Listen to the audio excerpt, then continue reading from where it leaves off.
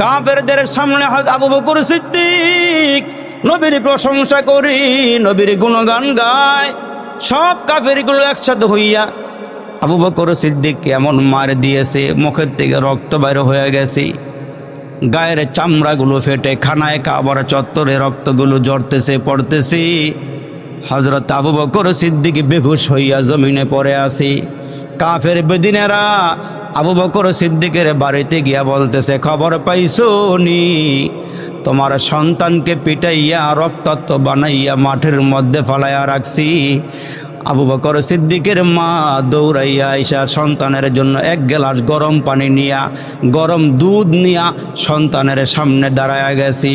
আবু বকর সিদ্দিকের জ্ঞান ফিরার পরে ডাক দিয়ে বলে, বাবাজি এই নেও, তুমি রক্তাক্ত হয়ে গেছো, শরীর থেকে অজস্র রক্ত ঝরেছে, তুমি একটু দুধ পান করো, শক্তি পাইবা।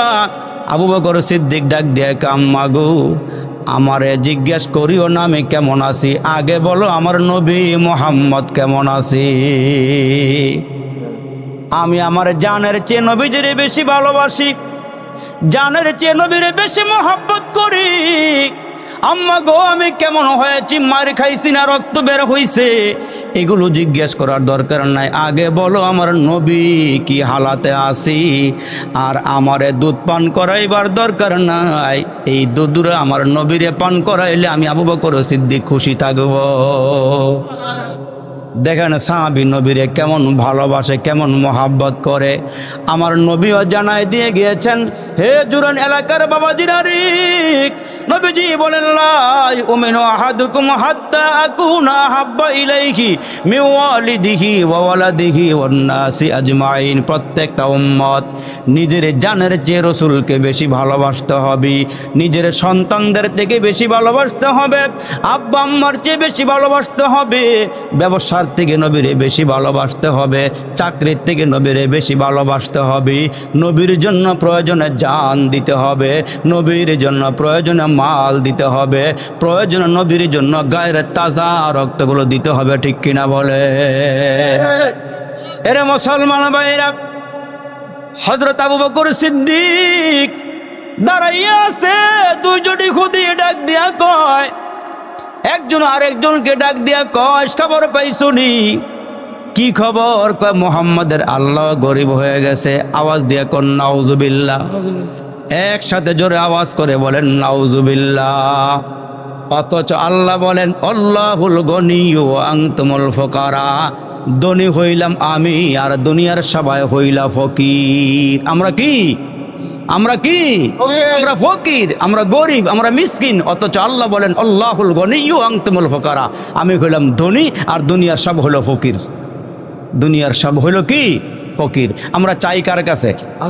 জোরে বলেন, ইয়াকা না'বুদু ওয়া ইয়াকা নাস্তাঈন। আমরা প্রতিনিয়ত বলতেছি ইয়াকা না'বুদু ওয়া ইয়াকা নাস্তাঈন। আল্লাহ ইবাদত করতেছি, ইবাদত করব, আপনার সাহায্য চাইব আপনার কাছে। প্রতিনিয়ত কিন্তু আমরা বলতেছি আল্লাহ ইবাদত আমরা আপনারই করতেছি, আল্লাহ সাহায্য আপনার কাছেই চাইব। মাঝে মাঝে কিছু বেকল টেকল আছে, স্লোগান দেয়, কেউ ফিরে না খালি হাতি আমগো বাবার দরবারেতে। এগুলো এক নম্বরের বেকল। জোরে ঠিক করে জোরে বলেন, কেউ ফিরে না খালি হাতি আমরার বাবার দরবারেতে। একটি ছেলে দে রে বাবা, একটি ছেলে দে রে, কামাই খাইবার আশা নাই রে, আমার পরে আমার চেয়ারে বসবে কে রে। আর আমরা স্লোগান দেই, কেউ ফিরে না খালি হাতি আল্লাহ তোমার দরবারেতে। মারহাবা কন, জোরে কন মারহাবা। কেউ ফিরে না খালি হাতি আল্লাহ তোমার দরবারেতে। একটি ছেলে দে রে মালিক, একটি ছেলে দে রে, একটি মেয়ে দে রে আল্লাহ, একটি মেয়ে দে রে। দেওয়ার মালিক কি? চাইবেন কার কাছে? চাইবেন কার কাছে? ওই যে ভিক্ষুক সারাদিন ঘুরে ঘুরে ভিক্ষা করে, 1 আনা 2 আনা 6 আনা এমন করে করে সারাদিন 1 টাকার মালিক হয়। তো একজন বলতেছে, ভাই সারাদিন ঘুরে ঘুরে কষ্ট করে 1 আনা 2 আনা তুমি ভিক্ষা করো, আমার এই এলাকার যে একজন প্রভাবশালী লোক আছে ওনার কাছে গেলে উনি ফেরত দেয় না, যখন যা চাও তা দিয়ে দেয়। কয় তাই নাকি? কয় হ্যাঁ, খোঁজখবর নিয়ে তার বাড়িতে গেছে। গিয়ে বলে, ভাই এই গ্রামের মোড়ল পয়সাওয়ালা ধনী মানুষটা কই? কয়, ভাই উনি তো এখন ঘরে নাই। কয়, কোথায় গেছে? কয়, উনি মসজিদে গেছে। কোথায় গেছে? মসজিদে গেছে। তা ভিক্ষুকটাও হাঁটি হাঁটি পা পা করে আল্লাহর ঘরের সামনে গিয়ে দাঁড়াইছে। দাঁড়াইয়া গিয়ে দেখে ওই বেটায় হাত বাড়াইয়া কি জানি চাইতেছে। ভিক্ষুক যার কাছে চাইবার আসলাম, এই দিয়ে আরেকজনের কাছে চায়। ভিক্ষুকে থাকবো না ভাগবো, ভিক্ষুক চলে আসবে। ওই মুহূর্তে লোকটায় মোনাজাত শেষ করে যখন বাইর হবে দেখে ভিক্ষুক চলে যায়। বলে, ভাই দাঁড়াও, কিসের জন্য আসছিলা? কয়, আমি যেই উদ্দেশ্যে আসছিলাম এই উদ্দেশ্য পূরণ নেব না, জায়গা। উদ্দেশ্য পূরণ নেব না, জায়গা। কয়, কেন আসছিলা বলো?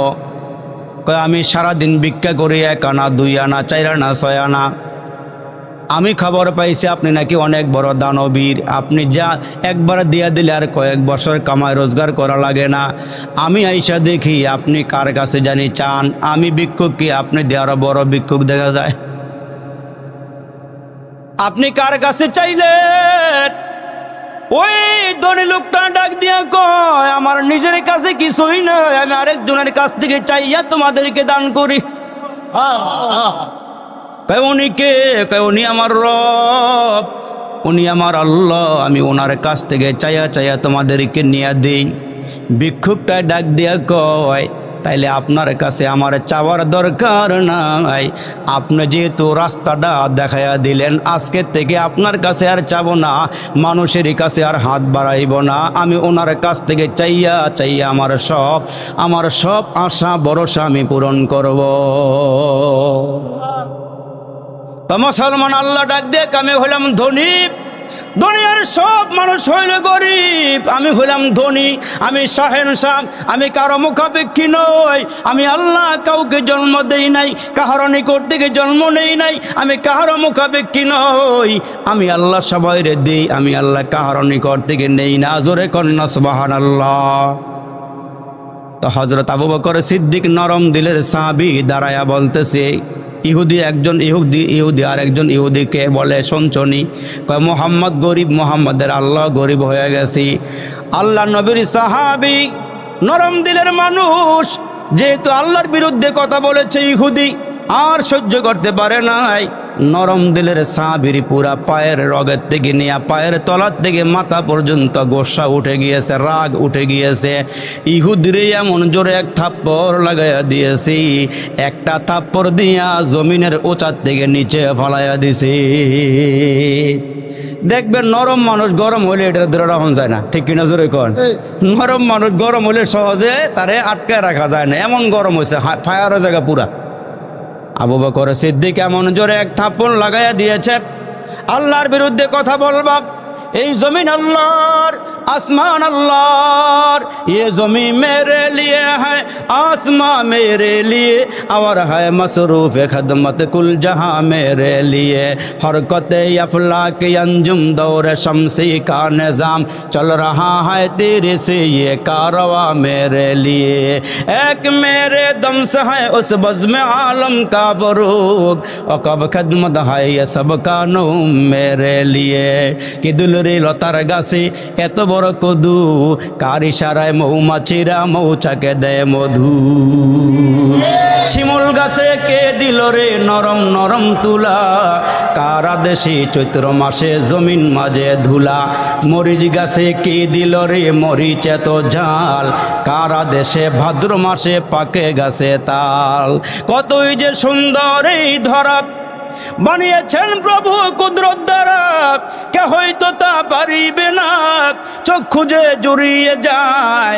খোদ প্রভুই তো করেছেন সবই, যেন করে উপাসনা তার। চন্দ্র দেখো রাতের বেলা, সূর্য দেখো দিনের বেলা, দিন হয় রাত হয় গগনেতে, চলছে তারা নিজ কক্ষপথে, ঝিকিমিকি ঝিকিমিকি আলোর দ্বারা করেছে উজ্জ্বল বিশ্ব ভরা। কে হয়তো তা পারিবে না, চক্ষু যে জুড়িয়ে যায়। খোদ প্রভুই তো করেছেন সবই, যেন করে উপাসনা তার। উপাসনা হবে কার? বন্দেগী হবে কার? আমার আল্লাহ ডাক দেয়া কয়, মানুষ আমি আল্লাহ আসমান বানাইলাম কুন ফায়াকুন দিয়া, জমিন বানাইলাম কুন ফায়াকুন দিয়া, সাগর নদ নদী খাল বিল যা আছে, যা দেখা যায় যা দেখা যায় না, সৌরজগতে যা আছে, পাতালপুরীতে যা আছে, সব কিছু বানাইলাম কুন ফায়াকুন দিয়া। আর আমি আল্লাহ তোমরা মানুষদেরকে এত ভালোবাসি, এত মহাব্বত করি, তোমাদেরকে বানাইলাম খলাকতু বিয়াদাইয়া, আমি আল্লাহর কুদরতে হাত দিয়া। ওই আল্লাহ ডাক দিয়া কয়, মানুষ তোমার এই কপালটা যেখানে সেখানে ঠেকাইয়া দিও না। এরে বান্দা, আমি আল্লাহ তাআলা তোমার পুরা বডির মধ্যে একটা জায়গা দিলাম, ওই জায়গাটা আমার নিকট বড় প্রিয় জায়গা। তুমি যখন বান্দা আমার কুদরতি পায়ে সেজদা লাগাইয়া দাও, তোমরা যখন সুবহান রাব্বিয়াল আযীম, সুবহান রাব্বিয়াল আলা, সুবহান রাব্বিয়াল আলা আওয়াজ দাও, আমি আল্লাহ মুহূর্তের মধ্যে ফেরেশতাদেরকে ডাক দিয়া কই, এই ফেরেশতারা তোমরা বলেছো মানুষ বানায়ো না, মানুষেরা মারামারি করবে, পিটাপিটি করবে, কাটাকাটি করবে, কই এরা তো দেখতেছি জুরান এলাকার মাহফিলে বৈশা, নীরবে বৈশা বৈশা এরা আমার নামের তসবিহগুলো পড়তেছি, এরা আমারে ডাকতেছে, এরা আমারে দেখে নাই। আল্লাযীনা ইয়াযকুরুনাল্লাহা কিয়ামান ওয়া কুউদান ওয়া আলা জুনুবিহিম। আল্লাহ ডাক দিয়াকে মানুষগুলো কখনো দাঁড়াইয়া আমারে ডাকে, কখনো বসিয়া বসিয়া আমারে ডাকে, কখনো শুয়া শুয়া আমারে ডাকে। ও বান্দা শুনিয়া রাখ, ফাযকুরুনি আযকুরকুম, তোমরা জমিনে আমারে স্মরণ করলে আমি আল্লাহ তোমাদেরকে আসমানে স্মরণ করি। ওইন যাকারতানি নাসিতুকা, তোমরা আমারে ভুলিয়া গেল, আমি আল্লাহ তোমাদেরকে স্মরণ করি। ইমাম গাজালি রহমাতুল্লাহ আলাইহি বলেন, এই কপালটা যখন তোমরা ফরশে ঠেকাইয়া সেজদা করো, ইমাম গাজালি কয়, মুসলমান শুনে রাখো, তুমি সেজদা করলা ফরশি, সেজদাটা কবুল হয়ে গেলে মুহূর্তে চলে যায় মাওলার আরশে। আর একটু বড় করে আওয়াজ করে কন্যা সুবহানাল্লাহ। এজন্য আপনার আমার পয়গম্বর বলেন, দুনিয়ার মধ্যে হীরা মণিমুক্তা স্বর্ণ গহনা টাকা পয়সা ধন দৌলত বাড়ি গাড়ি যা আছে, এর মুসলমান সম্পদ যা আছে, সব যদি এক পাল্লা দেওয়া হয়, কয় তোমার সেজদা আর এক পাল্লা দেওয়া হইলে দুনিয়ার সব কিছুর মোকাবেলায় তোমার সেজদাটা মাওলার দরবারে ওজনদার হইয়া যায়। এই জন্য ওই মালিক ডাক দিয়া কয়, মানুষ তোমাদেরকে বড় আদর করে বানাইলাম, বড় মায়া করে বানাইলাম, এরে বান্দা কপালটা যেখানে সেখানে ঠেকাইয়া দিও না রে বান্দা। এই জিব্বা দিয়া খাজারে ডাক দিও না, মাজারে ডাক দিও না, তোমরা আমারে ডাক দিবা। আমি আল্লাহ তোমারে কত নেয়ামত খাওয়াইলাম, এরে বান্দা তোমার মুখের ভিতরে জিহিবাটা লাগাইয়া দিয়া আমি আল্লাহ একটা মেশিন লাগাইয়া দিলাম, ওই মেশিনটা ধরা যায় না, ছোঁয়া যায় না, খাবারের মজা বোঝা যায়। আরে দেশি মাছের মজা এক রকমের, ওই মুসলমান বাইরা সাগরের মাছের মজা আরেক রকমের, নদীর মাছের মজা এক রকমের, সাগরের মাছের মজা আরেক রকমের, পুকুরের মাছের মজা এক রকমের। আরে তাকায়া দেখেন গরুর গোশতের মজা এক রকমের, মহিষের গোশতের মজা আরেক রকমের। ওই আল্লাহ ডাক দেখে বান্দার নেয়ামতগুলো খাইতে খাইতে দাঁতগুলো ক্ষয় করে পালাইলা। আমি আল্লাহ 24টা ঘন্টা তাকায়া থাকি, তুমি আমার নেয়ামত খাইয়া জিহ্বাটা নাড়ায়া নাড়ায়া তুমি আমার প্রশংসা করো। প্রশংসা হবে কার? আওয়াজ করে জোরে বলেন কার? মিষ্ট তিক্ত জাল মশলা দুধ মধু আর চিনি, মাছ গোস্ত ফলমূল যে কতই দিলেন তিনি। মিষ্ট তিক্ত জাল মশলা দুধ মধু আর চিনি, মাছ গোস্ত ফলমূল যে কতই দিলেন তিনি। উদ্দেশ্য কেবল করব মোরা বন্দেগি মাওলার, প্রশংসা করি আমি আল্লাহ তাআলার, প্রশংসা করি আমি আল্লাহ তাআলার। ভূমণ্ডল নবমণ্ডল করিয়া সৃজন, মানুষকে দিলেন সবার ওপরে পজিশন। আরে সুখাদ্য যে দিলেন কত, আরে সুখাদ্য যে দিলেন কত, করিতে আহার, প্রশংসা করি আমি আল্লাহ তাআলার। সাগর পাহাড় ঘুরে মানুষ আনল কত মনি, মাটির গর্ভ চিরে বাহির করছে কত খনি। আরো কত পেয়েছ দান, আরো কত পেয়েছ দান, নাহি কসুমার, প্রশংসা করি আমি আল্লাহ তাআলার। বিশ্ব জাহান পয়দা হুকুমে যাহার, জোরে কোন আল্লাহু আকবার। তাহলে আওয়াজ করে বলেন তো চাইবো কার কাছে? দেওয়ার মালিক কে? আমি আর আপনি কার?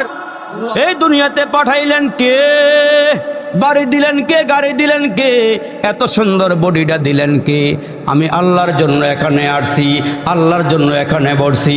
আরে আমার নামাজ আল্লাহর জন্যে, আমার কুরবানি আল্লাহর জন্যে, আমার বেঁচে থাকা আল্লাহর জন্যে, আমার মরে যাওয়া আল্লাহর জন্যে। এইখানের বসাটা কার জন্যে? আরো জোরে আওয়াজ করে কি বলা যাবে এখানে বসা কার জন্যে? মুসলমান ভাইরা রে আমার, ওই যে বলতেছিলাম নরম দিলের সাহাবী আবু বকর সিদ্দিক গরম হয়ে গেছি, এমন জোরে থাপ্পড় লাগাইয়া দিছি। আমার সামনে আমার আল্লাহর বিরুদ্ধে কথা কইবা, নবীর বিরুদ্ধে কথা বলবা।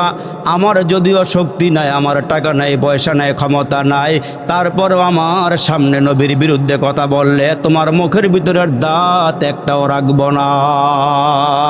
ঠিক কেন জোরে বলেন? আল্লাহর বিরুদ্ধে কথা বলবা না, সহ্য করবো না। নবীর বিরুদ্ধে কথা বলবা, সহ্য করবো না। কেন? আমারে বানাইছে আমার মালিক আল্লাহ, আমার রব আল্লাহ, আমার খালিক আল্লাহ, আমার মালিক আল্লাহ, রিজিক দেয় আল্লাহ। আরে নবীর খাতিরে আমরা কুল কায়নাত পাইলাম, ঠিক কিনা জোরে বলেন? যার খাতিরে দুনিয়া বানাইছে ওনারে গালি দিব, আমরা সহ্য করব না। প্রয়োজন যদি হয় কাফনের কাপড়টা আমরা দেহের ভিতরে পেঁচাইয়া আমরা শহীদ হইতে রাজি। আল্লাহর কসম করে বলে আমার নবীর গালি দিলে কোনো মুসলমান সহ্য করতে পারবে না। এরে মুসলমান থাপ্পড় একটা লাগাইয়া দিছে, ও চার দিকে নিচে নিয়ে পালাইছে। নরম দিলের সাহাবী গরম হয়ে গেছে, এমন গরম উপরের থেকে থাপ্পড় দিয়ে নিচে পালাই দিছে। নিচে গিয়া এই বেটায় কয়, আবু বকর মারলা কেন? আমি কি বলছি কেন পিটাইলা, কেন মারলা? আরে নরম দিলের সাহাবী আর এমন গরম হইছে, কয় কথা বাড়াইলে আর একটা লাগাইয়া দিমু।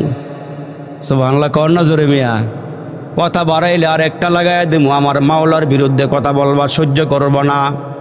ইহুদি চিন্তা করে না, আবু বকর সিদ্দিক এমন গরম হইছে, সামনে কথা বলা যাবে না। চলো যাই, নবীর দরবারে চলে যাই। নবীজির কাছে গিয়ে বানাইয়া মিথ্যা কথা সাজায়া গুছাইয়া নবীজির সামনে গিয়ে আমরা বলি, আগে আগে চলো যাই। নবীজির সাহাবী এখনো রাস্তায় আছে, এখনো নবীর দরবারে যেতে পারে নাই।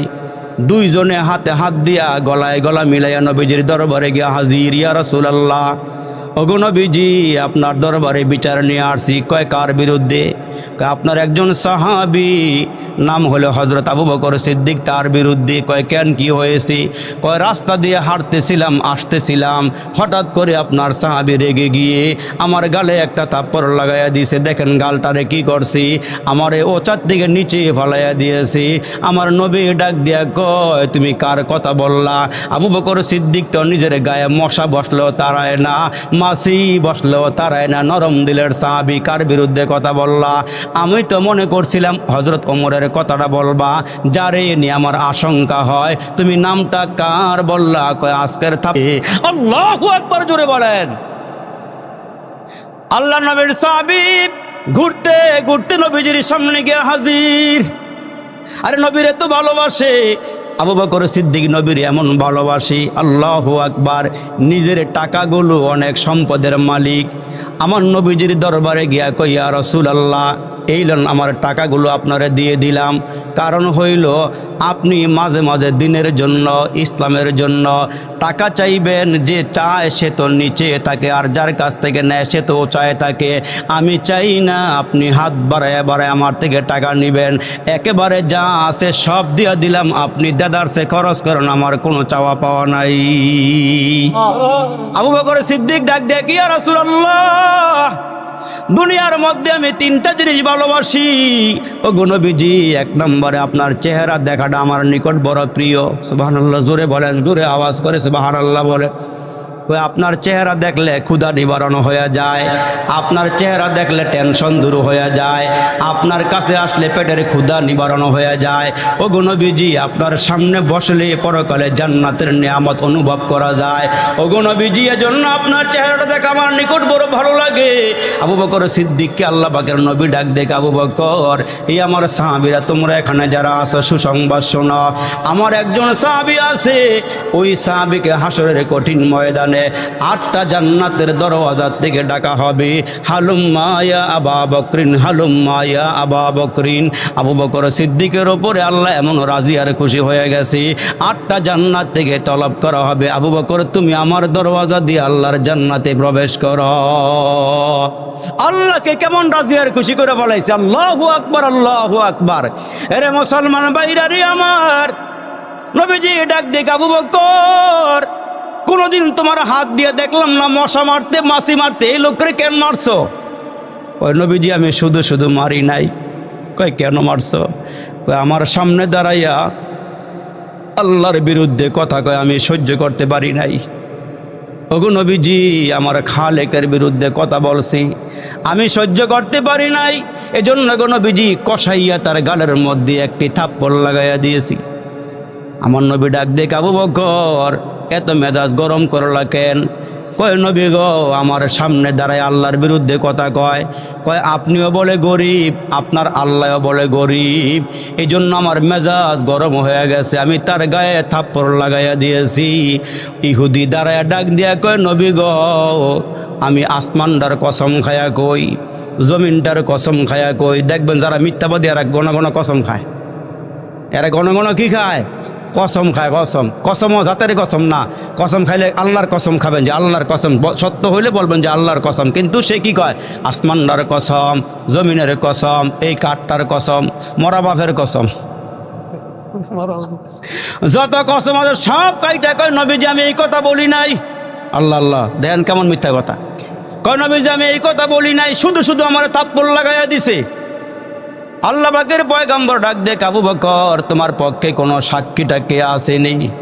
কয় নবী গো, ওইখানে আমার আল্লাহ ছাড়া আর কেউ ছিল না। সুবহানাল্লাহ, কর্ণ জোরে। তো ওইখানে আমার আল্লাহ ছাড়া আর কেউ নাই। এই ইহুদি, তোমার পক্ষে কোনো সাক্ষ্য আছে? কয় এই যে আমার বন্ধু সাক্ষ্য, জিজ্ঞেস করেন। দোনোটা তো এক কিসিমেরই, এক জাতেরই ইহুদি। ডাক দিয়া কয়, ওগো নবীজি মুহাম্মদ, শোনেন, ভালো করে খেয়াল করিয়া শোনেন। আমার এই বন্ধুটা রাস্তা দিয়ে হাঁটতেছিল, হঠাৎ করে আবু বকর সিদ্দিক মেজাজ গরম করে থাপ্পড় লাগাইয়া দিছি। আমার নবী ডাক দেখ, আবু বকর, তোমার পক্ষে যেহেতু কোনো সাক্ষ্য নাই, তুমি যেমনে তারে থাপ্পড় দিছ, তুমি রেডি হয়ে যাও, তোমার থাপ্পড়ের পরিবর্তে তোমার গালে থাপ্পড় লাগাইয়া দিবি। আবু বকর সিদ্দিক ডাক দিয়া কয়, নবী গো, আমি আপনারে মানি, আপনার বিচারও মানি, তবে আমি সত্যবাদী, ইহুদি হইল মিথ্যাবাদী। ওইখানে আমার আল্লাহ ছাড়া ওইখানে আর কেউ ছিল না, আমি আমার আল্লাহর উপরে ভরসা করে আছি, আর আমি আপনার বিচারটা মেনে নিলাম। নবীজির সাহাবী দাঁড়ায় গেলেন, থাপ্পড়ের পরিবর্তে থাপ্পড় খাবি? আমার আল্লাহ ডাক দিয়ে কয়, জিবরাইল, তাড়াতাড়ি করিয়া যাও, থাপ্পড় দেওয়ার আগে আগে তুমি আমার নবীর কাছে যাও। হযরত আবু বকর সিদ্দিকের পক্ষে কেউ সাক্ষী না হইল, আমি আল্লাহ সাক্ষী আছি। যাও যাও, গিয়ে বলে দাও, আমার নবীকে গিয়া বলো আবু বকর হলো সত্যবাদী, এরা দুইজন হলো মিথ্যাবাদী। আল্লাহু আকবার, জোরে বলেন। আমার নবীর সাহাবীর পক্ষে আমি আল্লাহ নিজে ওকালতি করলাম, আমি নিজে সাক্ষ্য হয়ে গেলাম। এরে মুসলমান ভাইরা রে আমার, আল্লাহ নবীর সাহাবী আল্লাহরে এমন রাজি আর খুশি করে ফেলাইছি, আল্লাহ কেমন রাজি আর খুশি করে কবরে গেছি।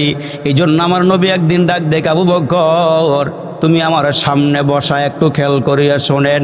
এই যে আজকে আপনারা মাদ্রাসায় 1000 টাকা দিলেন, 500 টাকা দিলেন, আরে নবীর সাহাবীর শিক্ষাটা একটু এখান থেকে মনে করে যান, ইয়াদ করিয়া যান। আল্লাহ নবী ডাক দিয়া কয়, কে আসো আল্লাহর রাস্তায় দান করবা? সাহাবীরা যার যার বাড়িতে চলে গেল। আরে সাহাবীর ঘরে কোনো খানা নাই, ঘরের মধ্যে এক মুঠ খেজুর আছে, নিজেরা খাবি, ক্ষুধা নিবারণ করবি। আল্লাহ পাকের পয়গম্বর বলেছেন, যার কাছে যা আছে নিয়ে আসা। ওই গরিব সাহাবী ঘরের মধ্যে গিয়া এক মুঠ খেজুর লইয়া আল্লাহ নবীর সামনে এসে কয়, নবী গো, দেওয়ার মতন কিছু আমার ঘরে নাই, এক মুঠ খেজুর ছিল আমাদের খাওয়ার জন্য, এইটাও আপনার দরবারে আমরা জমা দিয়ে গেলাম। সুবহানাল্লাহ। আবু বকর সিদ্দিক ঘরের সব মালামাল নবীর দিয়া বলাইল। এরে মুসলমান, নিজের গায়ের একটা জামাটা আবু বকর সিদ্দিকের গায়ে, এইটা নবীর দিতে পারে নাই। মনের ভিতরে কেমন জানি আনচা আনচা ভাব, আমি সব দিলাম, জামাটা কেন দিলাম না? এই জামাটা আবু বকর সিদ্দিক সকালবেলা বাজারে নিয়ে গেছি, বাজারে নিয়ে যাইয়া বাজারে বিক্রি করলেন। বিক্রি কইরা ওই টাকা নিয়ে ঘরে যায় না, এই টাকা নিয়ে বাড়িতেও যায় নাই। আরে খেজুর বাগানে গিয়া খেজুরের আবরণ দিয়া, খেজুর গাছের কাটা দিয়া, বুতাম লাগাইয়া, খেজুরের পাতালতা দিয়া, সেলাই করিয়া একটি জামা গায়ে দিয়া, এরে মুসলমান, খেজুর পাতার আবরণ দিয়া একটা জামা বানাইছি, আর খেজুর গাছের কাটা দিয়া বুতাম লাগাইয়া আল্লাহর নবীর সামনে গিয়া কয়, নবী গো, আমার সম্বল একখানি জামা ছিল, জামাটা বিক্রি কইরা আল্লাহর জন্য আমি এই টাকাটাও আপনার হাতে দিয়ে গেলাম। সুবহানাল্লাহ, জোরে বলেন। আমার নবী ডাক দিয়ে, আবু বকর, এই জামা তো আমি কোনোদিন তোমার গায়ে দেখি নাই, আজকে এই পোশাক পরে আসছো। কয়, নবী গো, ঘরের মধ্যে কোনো কিছু নেই, আমি কি নিয়ে আসবো? আমার জামা কি দিয়া পরবো? কিছুই তো নাই। আল্লাহু আকবার। নবীজি বসা আছেন, ভালো করে খেয়াল করিয়া শোনেন। মুহূর্তের মধ্যে জিবরাইল আমিন দুইটি সালাম নিয়ে আল্লাহর নবীর সামনে এসে হাজির হয়ে গেছি। আর একটু জোরে বলেন না সুবহানাল্লাহ। দুইটি সালাম নিয়ে হাজির হয়ে গেল। দুইটি সালাম নিয়ে নবীজির দরবারে হাজির। জিবরাইল আমিন ডাক দিয়া কয়, আল্লাহ নবী গো, দুইটি সালাম নিয়ে আসছি আল্লাহর পক্ষ থেকে, আমার আল্লাহ সালাম জানাইছেন। মোমেন মুসলমান, ভালো করে খেয়াল করিয়া শোনেন, যেদিন আপনি আর আমি জান্নাতে যাব, প্রথম সাক্ষাৎটা হবে আল্লাহ আমাদেরকে সালাম দিয়া কুশল বিনিময় করবেন। সুবহানাল্লাহ, জোরে বলেন। সালামুন কওলাম মির রব্বির রহিম। আল্লাহর পক্ষ থেকে আমাদেরকে সালাম দেওয়া হবে। যদি ওই রকম আমল নিয়ে আমরা আল্লাহর কবরে যাইতে পারি, আল্লাহর সালামটা আপনার আমার জন্য রেডি হয়ে আছে। দুইটি সালাম আল্লাহর পক্ষ থেকে নিয়ে আসছে। আয়েশা কয়, গো নবীজি, একটি সালাম আপনার জন্যে, আর একটি সালাম আপনার সামনে যেই লোকটা খেজুর গাছের আবরণ দিয়া জামা বানাইয়া বসে আছে ওনার জন্যে। সুবহানাল্লাহ। আর একটু জোরে কন্যা সুবহানাল্লাহ। একটি সালাম আপনি পয়গম্বরের জন্যে, আর একটি সালাম আবু বকর সিদ্দিকের জন্যে। ওগো নবীজি, আল্লাহ তাআলা আমারে পাঠাইছেন। আবু বকর ঘরে কোনো কিছুই রাখে নাই, একটি সুই ঘরে ছিল, ওইটারও তালাশ কইরা খুঁজা বাইর করে আইনা আপনার দরবারে হাজির করে দিয়েছে। ওগো নবীজি, তার ঘরে আপনি আর আল্লাহ ছাড়া আর ঘরে কোনো কিছু নাই। ওগো নবীজি, একটি সালাম দিয়েছেন আপনাকে, আর একটি সালাম আবু বকর সিদ্দিককে। আর আল্লাহ জানতে চাইতেছে সব মালামাল যে আল্লাহর জন্য দিয়া দিছি, আবু বকর সিদ্দিক আল্লাহর উপরে রাজি আর খুশি আসেনি? আল্লাহর উপরে রাজি আর খুশি আসেনি? আল্লাহ জানতে চাইতেছে। আবু বকর সিদ্দিক আমার নবী আস্তে করে জিজ্ঞেস করে, আবু বকর, তুমি কি আল্লাহর উপরে রাজি? আবু বকর সিদ্দিককে আল্লাহ কেমন মেধা, বুদ্ধি, প্রজ্ঞা, জ্ঞান দিয়েছিলেন। আবু বকর সিদ্দিক ডাক দিয়ে কয়, নবী গো, আমি যদি বলি আমি আল্লাহর উপরে খুশি রাজি, যদি আল্লাহ আমার ওপর রাজি আর খুশি না হয়, তাইলে আমার এই খুশিতে কিছু আসে আর যায় না। আগে জিজ্ঞেস করেন আল্লাহ আমার ওপর রাজি আছেনি? বড় করে কন্যা মিয়া সুবহানাল্লাহ। আগে জিজ্ঞেস করেন আল্লাহ আমার ওপর রাজি আছেনি। কেমন মেধাওয়ালা সাহাবী। জিবরাইল আমিন মুহূর্তের মধ্যেই আল্লাহর দরবারে চলে গেলেন। আল্লাহ গো, তোমার নবীর সাহাবী আবু বকর সিদ্দিক জানতে চায় তুমি তার উপরে রাজি আসুনি? আমার আল্লাহ ডাক দেয় কয়, জিবরাইল, আবার যাইবা, এমনে যাইও না, আয়াতে কারিমা লইয়া যাও। আমি যে তার উপরে রাজি, আয়াতে কারিমা লইয়া যাও। যেদিন আবু বকর সিদ্দিকের রুহুটা বের করা হবে, তার কানের কাছে এই আয়াতটা তেলাওয়াত করা হবে, আর তার রুহুটা বের করা হবে।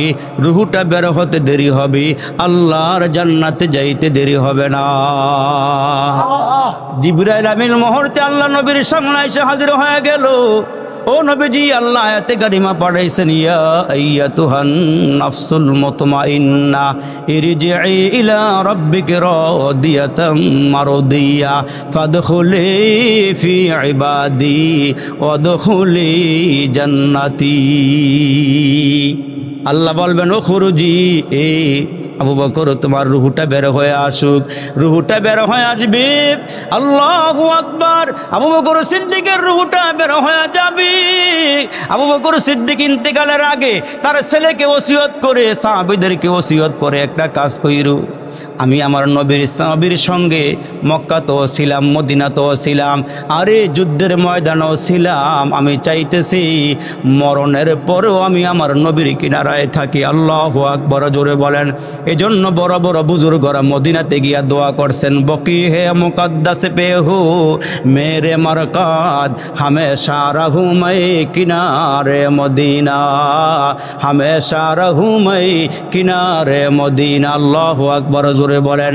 আরে বড় বড় বুজুর্গরা রওজার কিনারায় ঘুমাইতে চাইছেন, কেন জানেননি? কয় রওজার পাশে ঘুমাইতে পারলে রওজার ফিউজ বারাকাত আমাদের কবরও আসবে, আমাদের কবরগুলো শান্তিময় হবে। এই জন্য বড় বড় বুজুর্গরা শেষ রাইতে ওইটা দোয়া করছে, আল্লাহ মরণ দিলে মদিনার মাটিতেই মরণ দিও, নবীর রওজার আশপাশে থাকার একটু সুযোগ দিও। আরে ওই যে ইরাকের খোরাসান এলাকার মধ্যে একজন বুজুর্গ ছিল, জাম নামক এলাকায়, আল্লামা জামি রহমতুল্লাহ আলাই, আল্লাহু আকবার, এই কথাটা বলে ইনশাল্লাহ দোয়া করে দিব। তো উনি নবীর একজন আশেক, নবীরে ভালোবাসে, নবীরে মোহাব্বত করে, নবীজির এমন মোহাব্বত করে নিজের জানের চেয়ে বেশি মোহাব্বত করি। এখন মদিনায় যাবে, হজ করতে যাবে, টাকা নেই, পয়সা নাই। আল্লাহর মেহেরবানিতে আল্লামা জামি রহমাতুল্লাহ আলাইহের মদিনায় যাওয়ার মতন, মক্কাতে যাওয়ার মতন কিছু টাকা পয়সা জমা হয়ে গেছি। এখন চিন্তা করি, আমি যে নবীজির রওজার কিনারায় যাব, কি হাদিয়া নিয়ে যাব? সুবহানাল্লাহ জোরে বলে। নবীর জন্য আমি কি হাদিয়া নিয়ে যাব? আমার তো কোনো আমল নাই যে আমল নিয়ে নবীজির সামনে যাব। আল্লামা জামি রহমাতুল্লাহ আলাই চলে গেলেন, নবীজির শানে কিছু কবিতা বানাইলেন। আল্লাহু আকবার বলেন।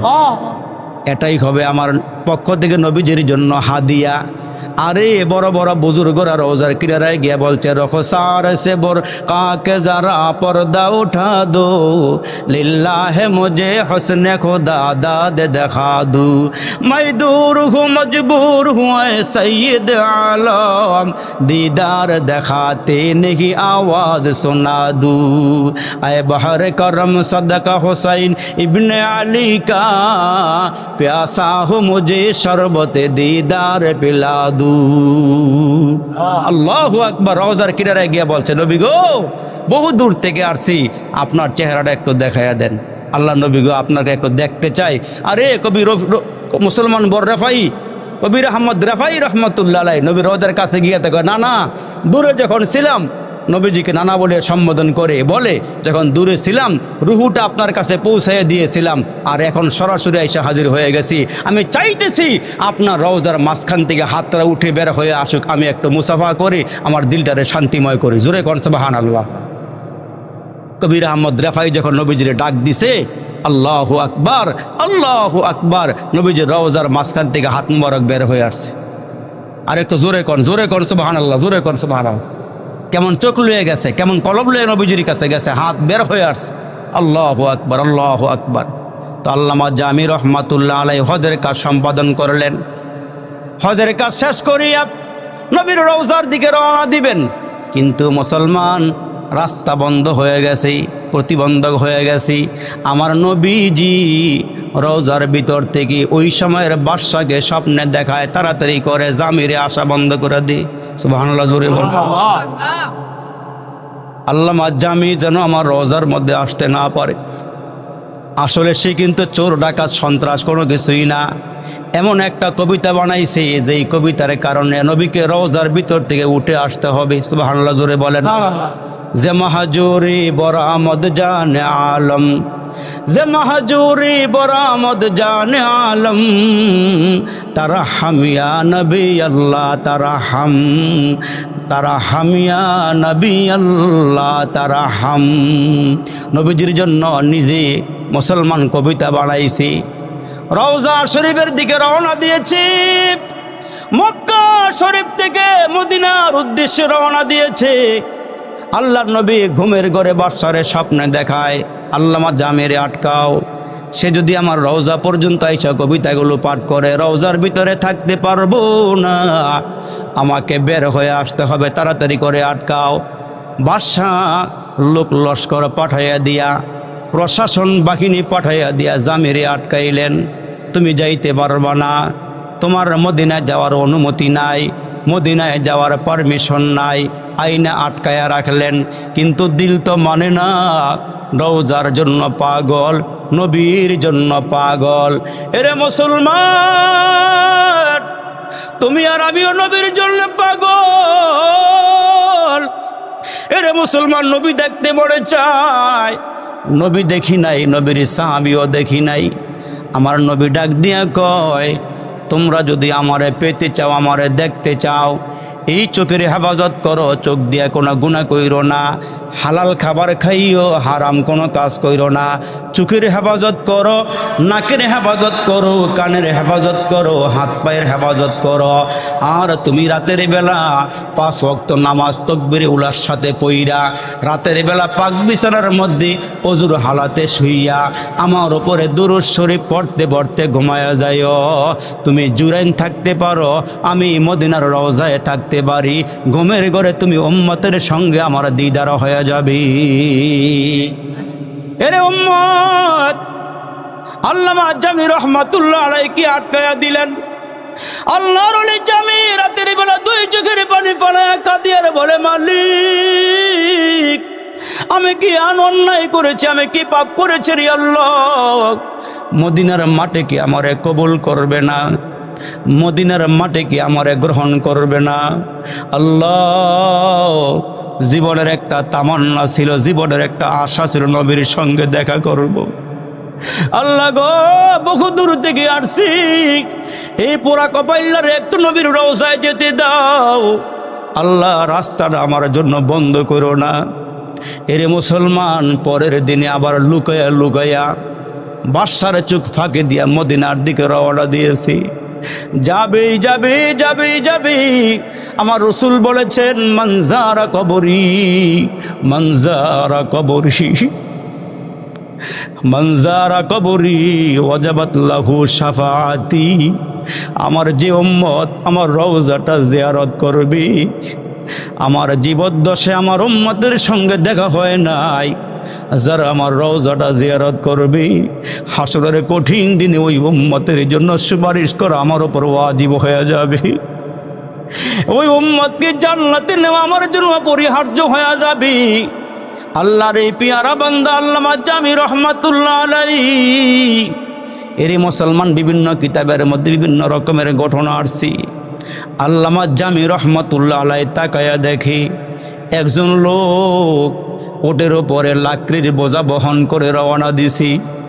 ওই উটওয়ালা লোকটারে গিয়ে বলে, ভাই বাইরে আমি রওজা শরীফে যাইতে চাই, কিন্তু বাদশা আমারে যেতে দিচ্ছে না। এরে ভাই, তুমি কই যাইবা? কয়, আমি মদিনার কাছাকাছি যাব। কয়, ভাইরে, তোমার আমি কিছু টাকা দেই, তোমার আমি কিছু পয়সা দেই, তোমার এই লাকড়ির ভিতরে গাঠটির ভিতরে আমারে ঢুকাইয়া আমারে ভালো করে বান্ধা, যেন বাহির থেকে দেখা না যায়, আমাকে একবার মদিনার কাছাকাছি পৌঁছাইয়া দিও। আমি যেন রওজার কিনারায় দাঁড়াইয়া দাঁড়াইয়া আমার নবীর মন ভৈরা সালাম দিয়া কবিতাটা শোনাইতে পারি।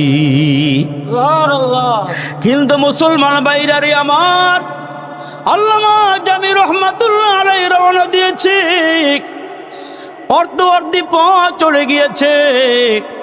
আবার ওই বাদশারে ঘুমের ঘরে আমার নবী দেখাইতেছে, বাদশারি কেমনে আটকাইলা পথ, কেমনে বন্ধ করলা পথ? ওই পাগলটা তো আইসা যাইতেছে, তাড়াতাড়ি তারে আটকা, সে যেন আমার রওজার মধ্যে আসতে না পারি। সে যদি আমার রওজার কিনারায় এসে যায়, আমি রওজার ভিতরে থাকতে পারবো না। তার কবিতার তালে তালে আমাকে ভিতর থেকে বাহিরে উঠিয়ে আসতে হবে, আর আমি এসে গেলে সঙ্গে সঙ্গে দুনিয়া মেসাকার হয়ে যাবে, কিয়ামত হয়ে যাবে। আল্লাহু আকবার জোরে বলে। এরে মুসলমান, আল্লামা জামি নবীর আশিক, নবীর প্রিয় পাগল বান্দা, নবীর উম্মত, আল্লাহর পেয়ারা পাগল বান্দা রওনা হয়ে গেলেন। বাদশাহ লোক লস্কর পাঠাইয়া আবার তারে আটকাইয়া আইনা জেলখানার ভিতরে বন্দি করে রাখছি। এবার জেলের ভিতরে ঢুকাইয়া দিয়েছি, জেলের ভিতরে আটকাইয়া রাখছি। আল্লাহর এই বান্দা আল্লামা জামি রহমাতুল্লাহ আলাই জেলের ভিতরে আটকা অবস্থায় কান্দে আর বলে, আল্লাহ, আমি আমার এই নবীর রওজা যেতে পারলাম না, আমি আমার কবিতাটা পাঠাইয়া দেই যে মাহজুরি বরামদ জান আলম তারা হামিয়া নবী আল্লাহ তারা হাম। জেলের ভিতরে বৈশা বৈশা নবীর শানে মুসলমান কবিতা পড়া শুরু করে দিলেন। যেমন শেখ সাদি নবীর শানে কবিতা বানাইছেন, বলা গেল উলা বিকামালিহি কাশাবাদ্দুজা বিজামালিহি হাসনাত জামিউ খিসালিহি সাল্লু আলাইহি ওয়া আলিহি। সর্বোচ্চ শিখরে যিনি নিজ মহিমায় কাটিল তিমির রাশি, যার রূপের আভায় চরিত্র মাধুরিতা অতি মনোরম। আল্লাহু আকবার, জোরে বলেন। জীবনের চাইতে বেশি ভালোবাসি যারে, একবারও দেখি নাই তারে। জীবনের চাইতে বেশি ভালোবাসি যারে, একবারও দেখি নাই তারে। জানি না আমার ভালোবাসায় আছে কে ভুল, একবার হলেও দেখা দাও হে প্রিয় রাসূল। নবী আমার জান, নবী আমার প্রাণ, নবী আমার জান, নবী আমার প্রাণ। নবীর জন্য দিতে পারি সাধেরি জীবন। নবী আমার জান, নবী আমার প্রাণ। আওয়াজ করে কোন মারহাবা। আল্লামা জামিরি আটকে পড়লেন জেলখানার ভিতরে। আবার ঘুমের ঘরে আমার নবী ডাক দিয়ে কয়, কিরে বাদশাহ, সে তো আসলে কোনো সন্ত্রাস নয়, চোর নয়, ডাকাত নয়, তারে কেন আটকাইছো? কয়, নবীজি আপনি বলেছেন তারে আটকাইতে, যাইতে নিষেধ করতে। কয়, আসলে আমি তোমার এই জন্য বলি নাই সে আমার কোনো ক্ষতি করবে, এই জন্য বলি নাই। সে আমার একজন সাচ্চা আশেক, এই জন্য তোমারে বলেছি তারে আটকায়া দাও, সে যেন আমার কাছে আসতে না পারে। যেই কবিতা বানাইছে রে, কবিতা রওজার কিনারায় পড়লে আমি আর থাকতে পারবো না, এই জন্য তারে আটকাইতে বলেছি। তারে তুমি সসম্মানে তার বাড়ি পর্যন্ত ফুলের মালা গলায় দিয়া বাড়ি পর্যন্ত পৌঁছাইয়া দাও। তার গলার মধ্যে, এ মুসলমান, গলার মধ্যে সম্মানিত মুসলমান মালা পরাইয়া তার বাড়ি পর্যন্ত পৌঁছাইয়া দাও। সে আমার একজন আশেক, সে আমারে বড় ভালোবাসি। এই জন্য পায়ে হাত দিয়ে বলিয়া যাই, রে বন্ধু, নবীজির খাঁটি আশেক হয়ে কবরে যাও, মাওলার মোহাব্বত দিলের ভিতরে ঢুকাও। আল্লাযীনা আমানু আশাদ্দু হুব্বান লিল্লাহ। আল্লাহরে নিজের দুনিয়ার সব কিছুর চেয়ে বেশি ভালোবাসতে হবে। আল্লাহ যখন ডাক দিবে হাইয়া আলাস সালাহ, হাইয়া আলাল ফালাহ, জোহরে ডাক দিবে, তুমি আল্লাহর ঘরে গিয়ে হাজিরা দিবা। আসরের সময় ডাক দিবে, আল্লাহর ঘরে গিয়ে হাজিরা দিবা। মাগরিবের সময় ডাক দিবে, আল্লাহর ঘরে গিয়ে হাজিরা দিবা। এশার সময় ডাক দিবে, আল্লাহর ঘরে গিয়ে হাজিরা দিবা। ফজরের সময় আল্লাহ ডাক দিবে, আল্লাহর ঘরে গিয়ে হাজিরা দিবা। কিন্তু মুসলমান ভাইরা, যারা ডাক দিবা, আল্লাহ ডাক দিলে আল্লাহর ডাকে যারা সাড়া দিবা, হাসরের কঠিন ময়দানে আল্লাহর ডাক দিলে আল্লাহ তোমার ডাকে সাড়া দিবি। আর তুমি যদি আল্লাহর ডাকে সাড়া না দাও, যতই চিৎকার করবা, কানবা, হাসরের ময়দানে আল্লাহ তোমার ডাকে সাড়া দিবে না। ঠিক কিনা, জোরে বলেন।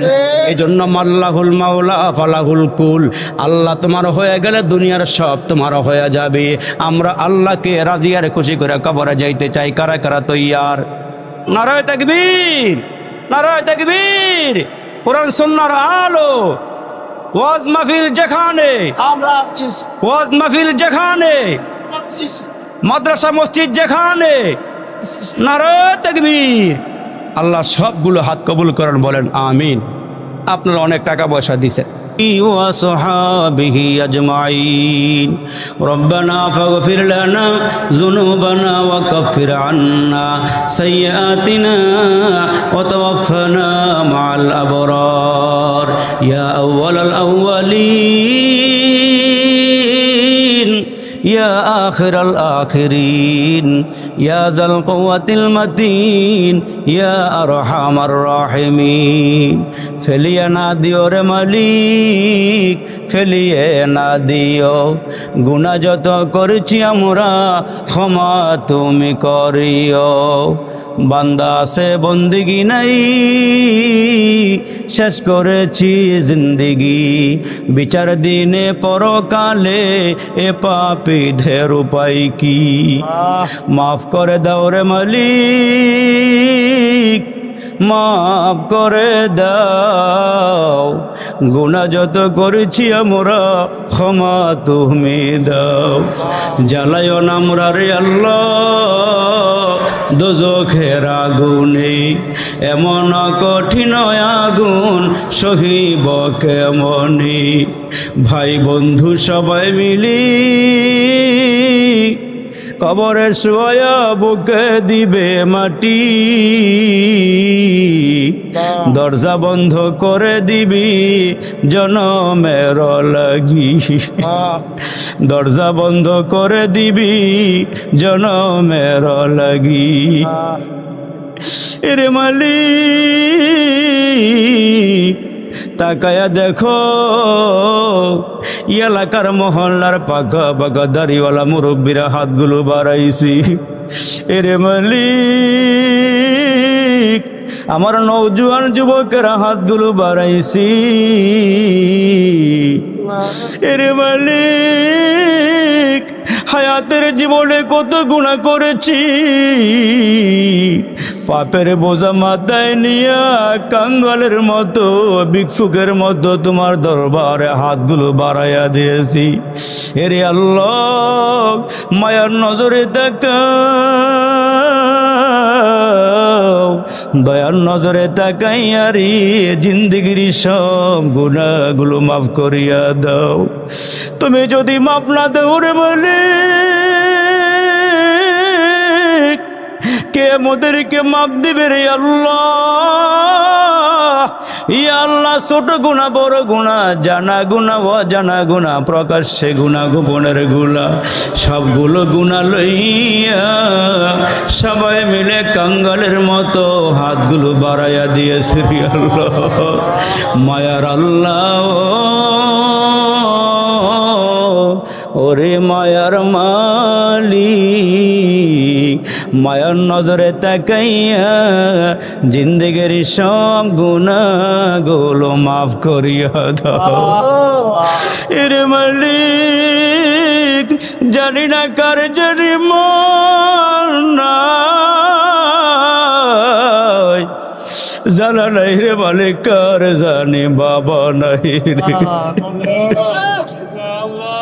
এরে মালিক জানি না কে জানি নিজের বাবারে কসলায়া কসলায়া গোসল দিয়েছে রে আল্লাহ, নিজের বাবারে 3টা কাপড়ে পেঁচাইয়া রে মালিক ওই কাটিয়ার মধ্যে বাবারে শোয়াইলাম। ছোট ছোট ভাই বোনগুলো দৌড়াইয়া বাবার কিনারায় গিয়া দাঁড়ায় আর বলে বাবা গো কই যাও, বাবা কই রওনা দিছো, কবে বাড়িতে ফিরবা একটু বলো না।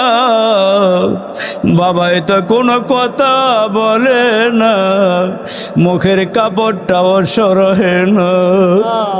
ছোট ছোট ভাই বোনগুলো দৌড়াইয়া মার কাছে গিয়া কয় মারে অন্যায় করেছি, অপরাধ করেছি রে মা। রে মা বাবার কাছে কেন বিচার দিলা? এ মা ভাই তুই এত রাগ করছে, মুখের কাপড়টাও সরয় না রে মা।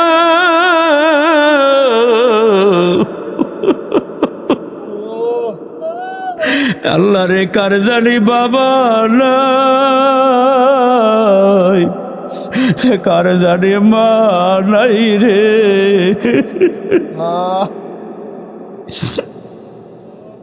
মা দুঃখিনী ডাক দিয়া কই সন্তানের রে বাবারে জীবনের শেষবারের মতো দেখাল, এই চেহারার মানুষটা কোনোদিন ঘরে ফিরবে না, এই মানুষটা কোনোদিন টান দিয়া তোমাদেরকে কোলে নেবে না। এরে ভাই মাহফিলটার ডানেও তাকাইলাম, বামেও তাকাইলাম, স্টেজেও তাকাইলাম, নিচেও তাকাইয়া দেখি নিজের বাবার চেহারার মতো একজন মানুষও নাই।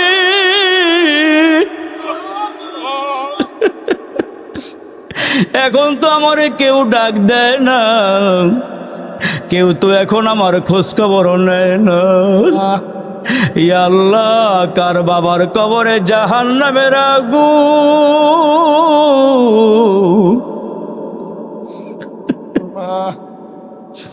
জানি না কার আব্বার কবরে জাহান্নামের আগুনগুলো ধাও ধাও করিয়া জ্বলতেছে। এ যুবক, তুমি এত পাষাণ কেমনে হইলা রে ভাই? এরে বাবা, দিলটা এত শক্ত কেন বানাইলা? জানা নাই কার আব্বা আমার রুহুটা মাহফিলের চতুর্দিকে ঘুরতেছে,